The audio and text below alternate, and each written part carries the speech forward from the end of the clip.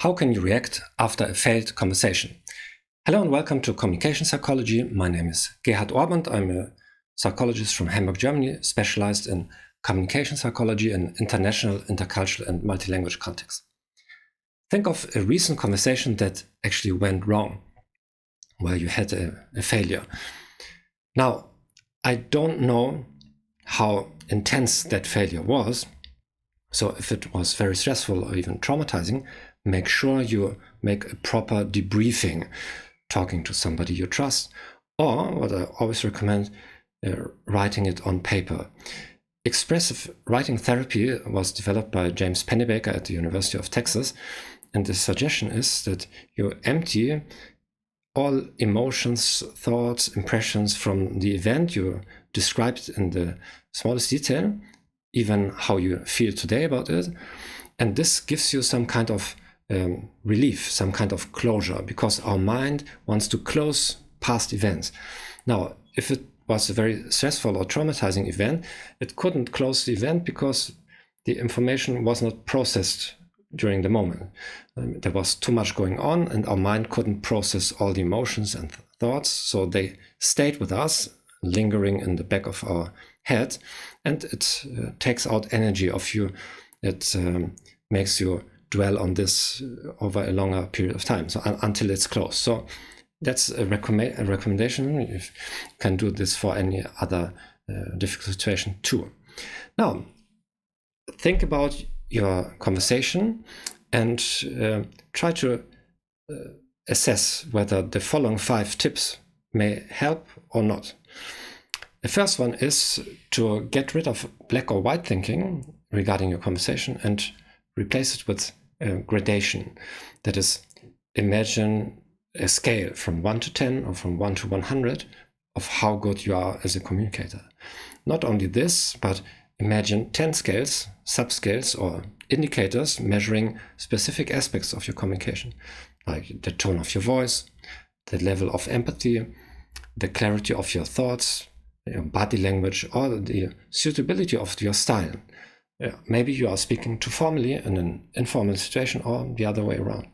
If you don't have inspiration for those 10 scales, just ask AI to come up with 10 indicators to measure, track your conversation skills. Now, you may say that actually many situations are black or white. They are binary. You either pass or fail a test. You are accepted or rejected at a job interview. However, the actual performance, how you talk, is not binary. It's on different scales, like the ones mentioned before.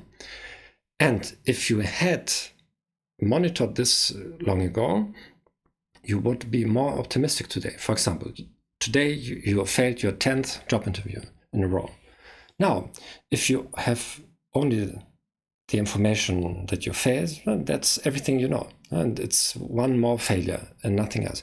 But if you had tracked those 10 scales, you may have observed certain improvements on some of those scales, which should make you more optimistic, because with this improvement continuing at a certain threshold level, people will accept you. You will pass the exam. The second topic is take a failure as feedback, as information, and use your 10 scales and try to extract as much information from your failure and assess all those 10 separate indicators.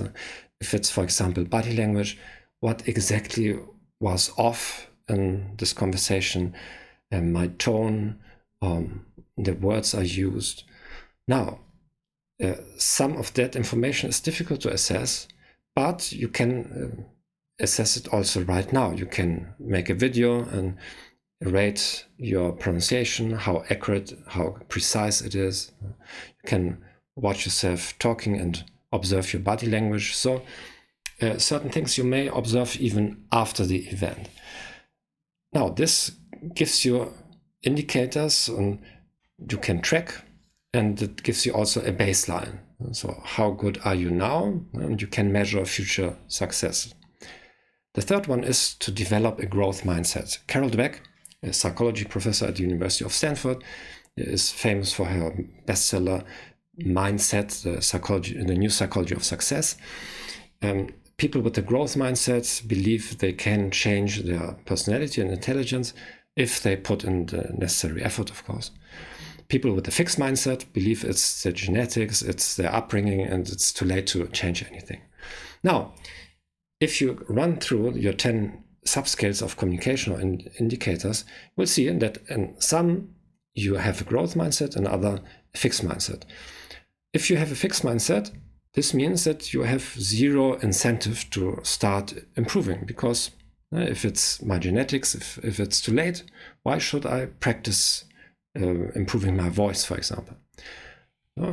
In some aspects, you may believe it's changeable, like maybe you believe that you can speak more clearly if you learn logic, make proper preparation. But some aspects, like your body language, perhaps feel like they are not changeable. Now, the next step then is to argue with this fixed mindset, ask artificial intelligence, give me 10 arguments why I'm wrong, give me scientific results that show the contrary, and also show me some person that actually overcame this obstacle. You will find probably lots of actors and singers that thought they had a very bad voice, or they actually had a very bad voice, and they learned to improve the sound of their voice. Or they had an operation or an infection or disease affecting their vocal cords, and they had to recover. So if they succeeded, it means it's possible. It doesn't mean that you automatically will have their results, but you can start looking into what they did and what you could do with your limited time and resources. The fourth aspect is you start fantasizing about an ideal performance. So you take the last failed event and you write a script, a scenario, like for a film, with the complete dialogues and information about body language, about the setting, and instructions. So you write the perfect solution to your failure. Now, with that, you make mental contrasting. Gabriele Oettingen at the University of Hamburg, where I participated in one course at least, developed the idea of mental contrasting. That is, to contrast the negative reality with a positive future. If you only dwell on the negative present, then you will not initiate any action because it doesn't make sense to you. But if you are only indulging in fantasies, then the first real obstacle will maybe demoralize you. So what you do is you read the description of the negative event you previously prepared for expressive writing, and then after that you read the script you prepared, you start visualizing it, you watch it like an inner movie, and then you do again, you go back to the negative event, you read it again, and then once again you watch your inner movie with the improved version, and you do this several times. Now this gives a task to your mind to try figuring out, without your conscious effort, solutions to overcome those negative states, those obstacles. And the fifth one is to systematize, to make lists of your typical mistakes, but also lists of cues that a conversation may go in the wrong direction. For example, cues the other person is giving you.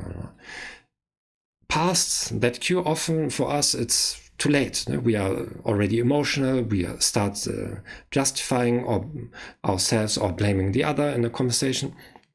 But if you learn detecting initial cues that this conversation is not going well, then you may learn how to move it into a different direction. Now, let's summarize. After some kind of emptying your mind of the negative event by writing it down, like expressive writing therapy, you first switch from black or white thinking to thinking in terms of gradation, come up with 10 scales to measure specifically your conversation. Then 2, take the failure as feedback. Try to extract information from the past events on your 10 scales. Adopt a growth mindset. Watch maybe a 10-15 minute TED talk by her. It's more than enough to get you going. And 4th, you fantasize about the perfect situation and you make mental contrasting with the negative reality.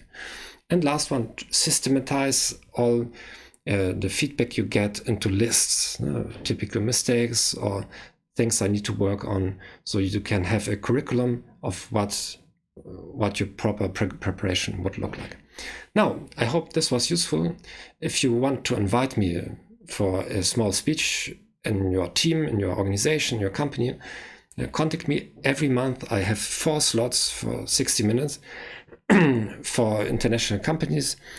You can book me for free. It will cost you anything. I reserve that time because I want to get acquainted with new organizations and learn difficult questions. So I request that you come up with the most difficult questions you can ask me, to put me on the spot, to exhibit my ignorance.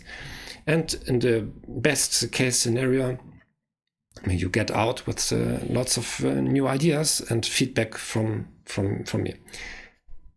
All the best and see you next week.